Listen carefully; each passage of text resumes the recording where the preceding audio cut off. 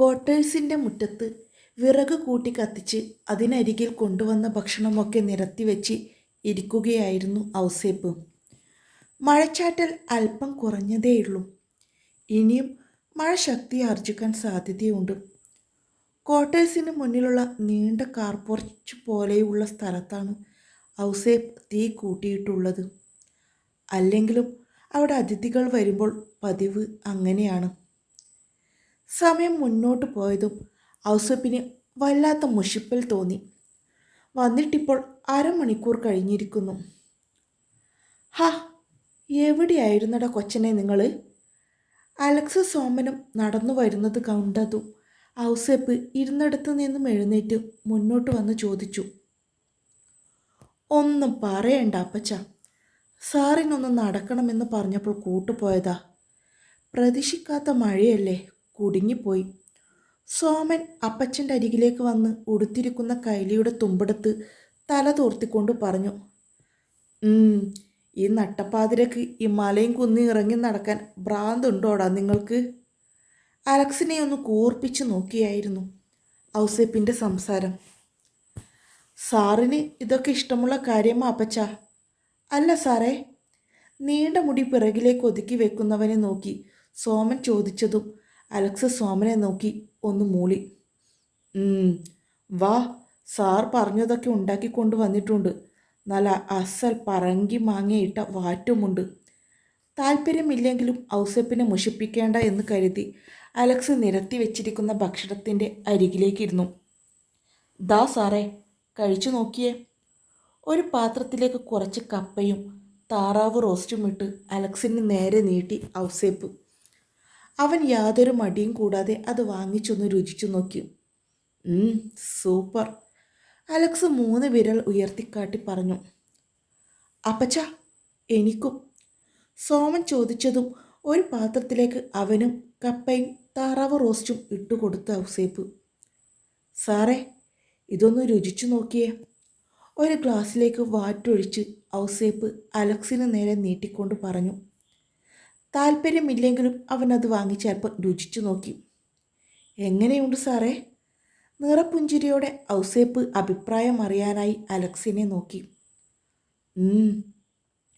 അലക്സിന് ആ സാധനം നല്ലതുപോലെ പിടിച്ചു. അവൻ ഒറ്റ വലിയ ഗ്ലാസ്സിൽ മുഴുവൻ ചാരായവും മോന്തി. One more please. അലക്സ് ഔസേപ്പിന് നേർക്ക് ഗ്ലാസ് നീട്ടി പറഞ്ഞതും അയാൾ സോമനെ ഒന്ന് നോക്കി. കുറച്ചുകൂടി കൊടുക്കാൻ അപ്പച്ച. സോമൻ പറഞ്ഞതും സന്തോഷത്തോടെ കുപ്പിയിൽ നിന്നും അലക്സ് നീട്ടിയ ഗ്ലാസ്സിലേക്ക് ഒഴിച്ചു കൊടുത്ത ഔസേപ്പ്.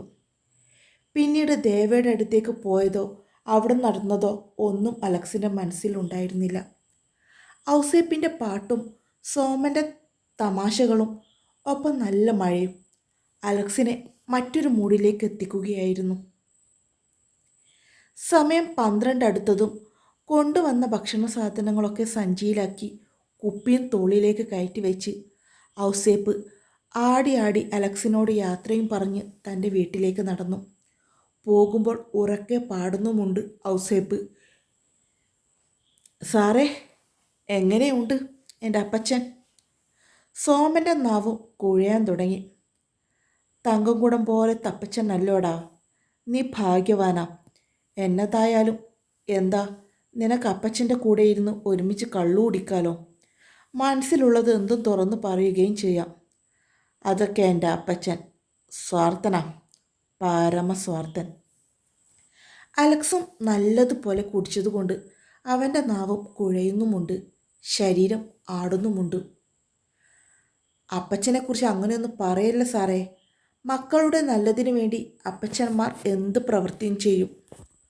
ഒരു കുപ്പിയിൽ ബാക്കിയുണ്ടായിരുന്ന ചാരായം മോന്തിക്കൊണ്ട് സോമൻ പറഞ്ഞതും അലക്സ് അവനെ പുച്ഛത്തോടെ ഒന്ന് നോക്കി. നിനക്കറിയോടാ സാമ, എൻ്റെ കുഞ്ഞുപങ്ങൾ, എൻ്റെ ജോ, അവളെ പുറത്താക്കിയ അപ്പച്ചൻ എന്നാത്തതിനാണെന്നറിയാമോ? അവൾ വേറെ മതക്കാരനെ കെട്ടിയതിന്. അവൻ നല്ല ചെറുപ്പക്കാരനാ, എനിക്കിഷ്ടമാ. പക്ഷേ അപ്പച്ചൻ അമ്പിന് വില്ലിനും മടിക്കില്ല. ഇപ്പോൾ എൻ്റെ പെങ്ങളുടെയും ഭർത്താവിൻ്റെയും ശത്രു ഞാനാ അവരെ വീട്ടിൽ കയറ്റാത്തവൻ. എല്ലാത്തിനും കാരണം എൻ്റെ അപ്പച്ചൻ. എന്നിട്ട് പഴി മുഴുവൻ അലക്സിനും. നിനക്കറിയോടാ സാമ, ഞാനും സേതുവും തമ്മിൽ വഴക്കുണ്ടായിരുന്നു. സേതുവിനൊരു കൂട്ടുകാരനുണ്ട്, ഹർഷൻ.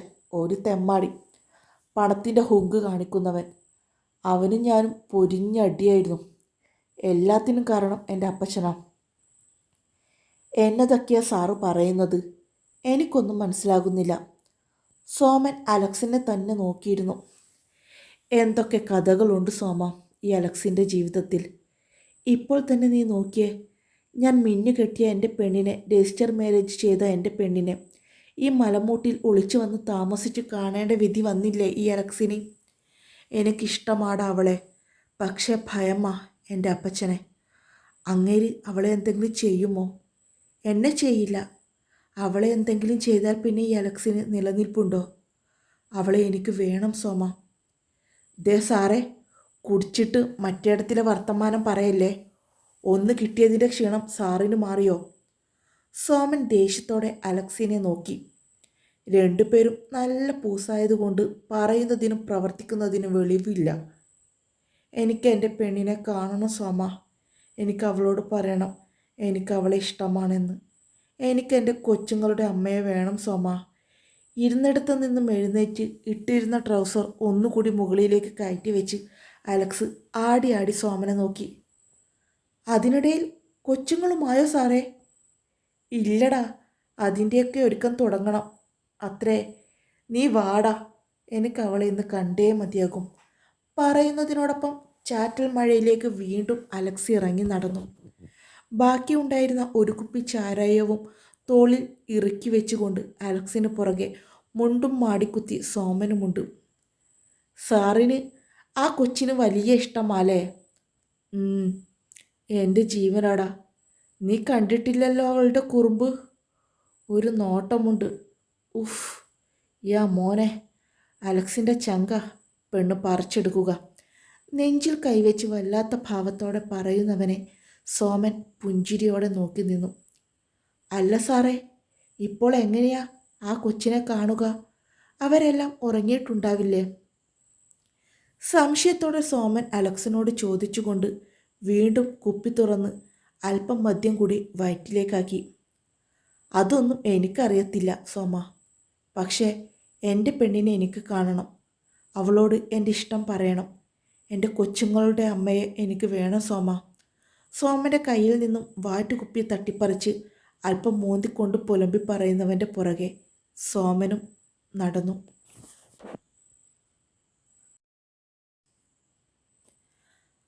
അല്ല സാറേ, ആ കൊച്ചിൻ്റെ മുറിയേതാ? ഈ നട്ടപ്പാതിരേക്ക് ആരെയും വിളിച്ചുണർത്താൻ കഴിയില്ലല്ലോ. മണ്ടത്തരം പറയല്ലേ സോമ. വിളിച്ചുണർത്തിയാൽ മോശം എനിക്കല്ലേ, എൻ്റെ കൊച്ചിനല്ലേ. വാ, നമുക്ക് കണ്ടുപിടിക്കാം. ബേബിച്ചൻ്റെ വീടിൻ്റെ പടിക്കെട്ടുകൾ കയറി രണ്ടുപേരും വീടിന് ചുറ്റുമായി നടന്നു. സാറേ, ഈ റൂം ഇവിടുത്തെ കത്രീന അമ്മയുടേതാ, ബേബിച്ചൻ്റെ അമ്മച്ചിയുടേത്. അതെങ്ങനെ നിനക്കറിയാം സോമ? സംശയത്തോടെ അലക്സ് സോമനെ നോക്കി. ആ ചേട്ടത്തിക്ക് വയ്യാതിരുന്നപ്പോൾ ഈ റൂമിൽ നിന്നാ ഞാൻ എടുത്തുകൊണ്ട് പോയത്. അലക്സിനോട് പറഞ്ഞുകൊണ്ട് അടുത്ത റൂമിലെ ജനലോരം വന്നു നിന്നു സോമൻ. സോമ, ഈ റൂമല്ല. ബേബിച്ചനും സൂസി ചേച്ചിയും ഉറങ്ങിയിട്ടില്ല, കേൾക്കുന്നില്ലേ? ജനലോരം എത്തിയതും അകത്തു നിന്നുമുള്ള കുറുകലും മൂളലും കേട്ട് അലക്സ് ഭക്ഷണം ചിരിയോടെ സോമനോട് പറഞ്ഞതും അവനും ചമ്മിപ്പോയി. പിന്നെ രണ്ടുപേരും ആ റൂമിൻ്റെ വശത്ത് നിന്നില്ല. അടുത്ത റൂമിൻ്റെ ജനലോരം വന്നു. സാറേ, ഈ റൂം ആയിരിക്കുമോ? സോമൻ നിന്ന റൂമിൻ്റെ ജനലോരം അലക്സും വന്നു നിന്ന് ചോദിച്ചു. ഈ വീട്ടിൽ ആകെ 3 മുറിയേ ഉള്ളൂ. കത്രീന ചേട്ടത്തിയുടെയും ബേബിച്ചൻ്റെയും മുറി കണ്ടെത്തിയല്ലോ. അപ്പോൾ ഇത് തന്നെ ആ കൊച്ചിൻ്റെ മുറി. സോമൻ ഉറപ്പിച്ച് പറഞ്ഞതും അലക്സും അതുറപ്പിച്ചു. സാറേ, എന്നതാടാ? സാറേ, ഈ റൂമിൻ്റെ ജനൽ ചാരിയിട്ടേ ഉള്ളൂ. അടഞ്ഞിരിക്കാത്ത ജനൽപ്പാളി പതിയെ തുറന്നുകൊണ്ട് സോമൻ പറഞ്ഞതും അലക്സ് കണ്ണും മിഴിച്ച് അവനെ നോക്കിക്കൊണ്ട് അവൻ തുറന്നു പിടിച്ചിരിക്കുന്ന ജനലിലെ അകത്തേക്ക് നോക്കി. സാറേ, അതാ കൊച്ചല്ലേ? റൂമിലെ ചുവന്നു കത്തി നിൽക്കുന്ന ബൾബിൻ്റെ പ്രകാശത്തിൽ ചെരിഞ്ഞു കിടന്നുറങ്ങുന്ന ദേവയുടെ മുഖം കണ്ടതും സോമൻ അലക്സിനെ നോക്കി. ഇങ്ങോട്ട് മാറിയേ. സോമനെ നീക്കി അലക്സ് ജനലോരം വന്ന് തൻ്റെ പെണ്ണിൻ്റെ മുഖത്തേക്ക് നോക്കി. അതേടാ, എൻ്റെ പെണ്ണ് തന്നെ. സോമ, നീ അങ്ങോട്ട് മാറി നിന്നേക്ക്, ഞാൻ അവളെ വിളിച്ചുണർത്തട്ടെ. അലക്സ് പറഞ്ഞതും നാണത്തോടെ മൂളിക്കൊണ്ട് സോമൻ വീടിൻ്റെ പിറകുവശത്തു നിന്നും മുൻവശത്തേക്ക് വന്നു. കൊച്ചേ, ഇച്ചായൻ്റെ കൊച്ചേ. നാവ് കുഴഞ്ഞുള്ള അലക്സിൻ്റെ വിളി. കൊച്ചേ. ഒന്നും കൂടി അലക്സ് ഉറക്കെ വിളിച്ചതും ദേവ ഉറക്കം ഞെട്ടി. ഡാഡി ഇവിടെ. ദേവ പതിയെ കണ്ണുകൾ ചിമ്മി തുറന്ന് വാതിലോരം നോക്കിയതും അലക്സ് ജനൽ കമ്പികളിൽ പിടിച്ചു വിളിച്ചു. എൻ്റെ കൃഷ്ണ. അലക്സിൻ്റെ മുഖം ആ വെട്ടത്ത് കണ്ടതും ദേവ നെഞ്ചിൽ കൈവച്ചു. അവൾ ചാടിപ്പടഞ്ഞ് ബെഡിൽ നിന്നും എഴുന്നേറ്റ് ജനലോരം വന്നു. നിങ്ങൾക്കെന്താ, ബോധമൊന്നുമില്ലേ? അവൾ ദേഷ്യത്തോടെ പതിഞ്ഞ ശബ്ദത്തിൽ അവനെ നോക്കി പറഞ്ഞു. നീ ഇറങ്ങി വാ പെണ്ണെ. ദേ ACP, പോകാൻ നോക്ക്, കുടിച്ചാൽ വയറ്റത്ത് കിടക്കണം. അവൻ്റെ കുഴഞ്ഞുള്ള സംസാരവും നിൽപ്പും കണ്ടപ്പോൾ തന്നെ ദേവയ്ക്ക് മനസ്സിലായിരുന്നു നല്ലതുപോലെ അലക്സ് മദ്യപിച്ചിട്ടുണ്ടെന്ന്. നീ പുറത്തേക്ക് ഇറങ്ങി വാ പെണ്ണെ, ഇച്ചാന് സംസാരിക്കാനുണ്ട്. ദേ ACP. ദേവയ്ക്ക് നല്ലതുപോലെ ദേഷ്യം വരുന്നുണ്ട്. അവൻ്റെ ആ ഇച്ഛായ എന്ന പദപ്രയോഗം കേട്ടപ്പോൾ അവൾക്ക് വശപിശക്ക് മനസ്സിലായി. നീ വരുന്നത് വരെ ഞാനിവിടെ തന്നെ നിൽക്കും. നീ വന്നില്ലെങ്കിൽ ഞാൻ പോകത്തുമില്ല. അവൻ ജനൽ കമ്പിയിൽ പിടിച്ച് അങ്ങനെ തന്നെ നിന്നു. നിങ്ങളെനിക്ക് എവിടെയും സമാധാനം തരില്ലേ? നാശം. ഇതിനേക്കാൾ ഭേദം അയാളെ കെട്ടുന്നതായിരുന്നു. അവരെ നോക്കി പിറുപിറുത്തുകൊണ്ട് ചവിട്ടിത്തുള്ളി ദേവ പതിയെ ശബ്ദമുണ്ടാക്കാതെ തൻ്റെ റൂം ഡോർ തുറന്നു. ഒപ്പം ബേബിച്ചൻ്റെ മുറിവാതിലിലേക്കൊന്ന് നോക്കിക്കൊണ്ട് പമ്മി പമ്മി അടുക്കളയിൽ വന്ന് ഡോർ തുറന്ന് പുറത്തേക്ക് ഇറങ്ങി. അവൾ ഇറങ്ങാൻ കാത്തുന്ന പോലെ അലക്സ് അടുക്കള വാതിലോരം പുറകിൽ നിന്ന് വന്നു നിന്നിട്ടുണ്ടായിരുന്നു. ദേവ പതിയെ വാതിൽ ചാരി തിരിഞ്ഞതും ദേവയുടെ ഇടുപ്പിലൂടെ കൈ ചേർത്ത് അലക്സ് അവളെ ചുമരിനോട് ചേർത്ത് നിർത്തിയിരുന്നു. ദേ ACP, വിട്, എനിക്ക് ദേഷ്യം വരുന്നുണ്ട്. അലക്സിൽ നിന്നും കുതറി മാറാൻ നോക്കിയെങ്കിലും ദേവയെ കൊണ്ട് ആവുന്നുണ്ടായിരുന്നില്ല. അവൾ കുതറുന്നതിനനുസരിച്ച് അവൻ്റെ പിടുത്തം മുറുക്കുകയായിരുന്നു. നീ നേരത്തെ ചോദിച്ചതിന് മറുപടി വേണ്ടേ? മീശത്തലപ്പ് കടിച്ചു പിടിച്ച് വഷളൻ ചിരിയോടെ ദേവയുടെ ചുണ്ടുകളിൽ ലക്ഷ്യം വെച്ച് ചുണ്ടുകളെ പതിയെ വിരലുകളാൽ തഴുകിക്കൊണ്ട് അലക്സ് ചോദിച്ചതും അവൾ അപ്പോൾ തന്നെ അവൻ്റെ കൈ തട്ടി മാറ്റി. ഹ, അടങ്ങി നിൽക്ക് പെണ്ണെ. അവനിൽ നിന്നും വീണ്ടും ദേവ കുതറിയതും അവൻ ഒരിക്കൽ കൂടി ആ ചുമരിനോട് അവളെ ചേർത്ത് പിടിച്ച് തൻ്റെ ദേഹം അവളിലേക്ക് അടുപ്പിച്ചു. എനിക്ക് നിന്നെ ഇഷ്ടമാണ്, എൻ്റെ ജീവനിലേറെ. കുടിച്ചിട്ട് പറയുന്നതല്ല, പക്ഷെ നിന്നോട് പറയാൻ ധൈര്യം കിട്ടുന്നത് അല്പം മദ്യമുള്ളിൽ കയറുമ്പോൾ മാത്രമാണ്. എനിക്ക് നിന്നെ ഇഷ്ടമാണ്, നിന്നോട് പ്രണയമാണ്. നിന്നെ എങ്ങനെ ചേർത്ത് പിടിച്ച് നിൻ്റെ കവിളുകളിലും ചുണ്ടുകളിലും നിൻ്റെ ദേഹം മുഴുവൻ ചുംബനങ്ങൾ കൂണ്ടാൻ ഞാൻ കൊതിക്കുന്നുമുണ്ട്. എൻ്റെ കൂടെ വരുമോ? ഞാൻ നിന്നെ കൊണ്ടുപോയിക്കോളാം. ഇങ്ങനെ നിന്നെ ഇട്ടിട്ട് പോകാൻ വയ്യടി ഇച്ചായന്. ACPയുടെ നില ACP മറക്കുന്നുണ്ട്. നിങ്ങളൊരു പോലീസ് ഉദ്യോഗസ്ഥനല്ലേ, അതിൻ്റെ വകതിരിവെങ്കിലും കാണിക്കൂ. വീണ്ടും തൻ്റെ ചുണ്ടുകളെ തഴുകുന്ന അവൻ്റെ വിരലുകൾ തട്ടിയെറിഞ്ഞ് അവനെ പിന്നോട്ട് തള്ളി ദേവ ദേഷ്യത്തോടെ കൈ ചൂണ്ടി അലക്സിനോട് പറഞ്ഞു. എന്താടി, പോലീസിനെ പ്രേമിക്കാൻ പാടില്ലേ? ഞാനൊരു ACP ആണെന്ന് വെച്ച് എനിക്കെൻ്റെ പെണ്ണിനോട് സംസാരിച്ചൂടെ? അവളെ പുണർന്നൂടെ? പിന്നെ ദാ ഇതുപോലെ.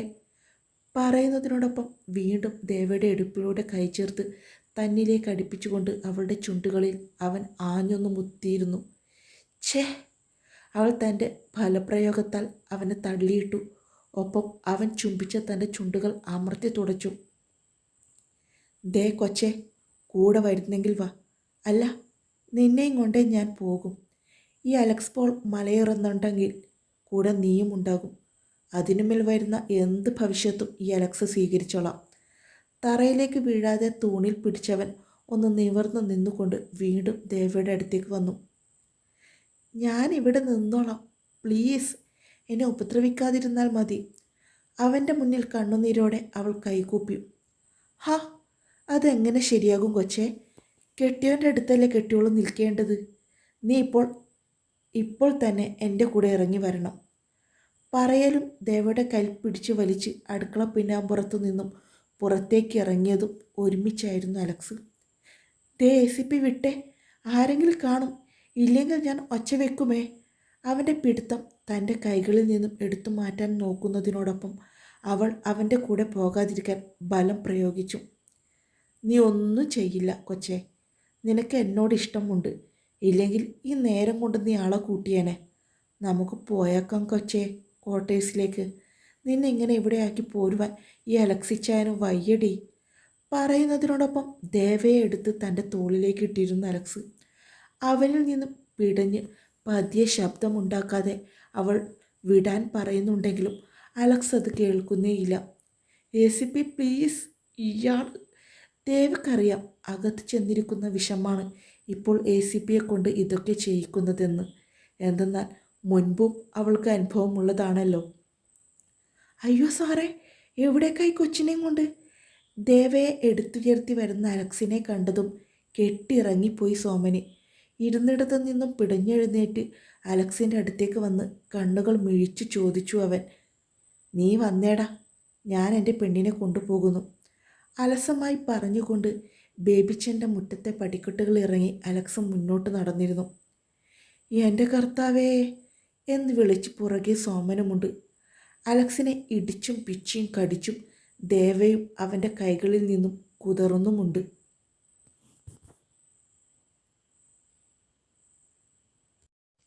പിന്നെ സപ്പോർട്ട് ചെയ്യാൻ മറക്കല്ലേ. ഒരു കാര്യം ചോദിച്ചോട്ടെ, ഈ സ്റ്റോറിയോടൊപ്പം മറ്റൊരു ഫീൽ ഗുഡ് സ്റ്റോറി കൂടി കൊണ്ടുവന്നാൽ എന്നെ സപ്പോർട്ട് ചെയ്യാൻ ആളുണ്ടാകുമോ? റിപ്ലൈ തരണേ, കമൻറ്റും ലൈക്കും ചെയ്യണേ.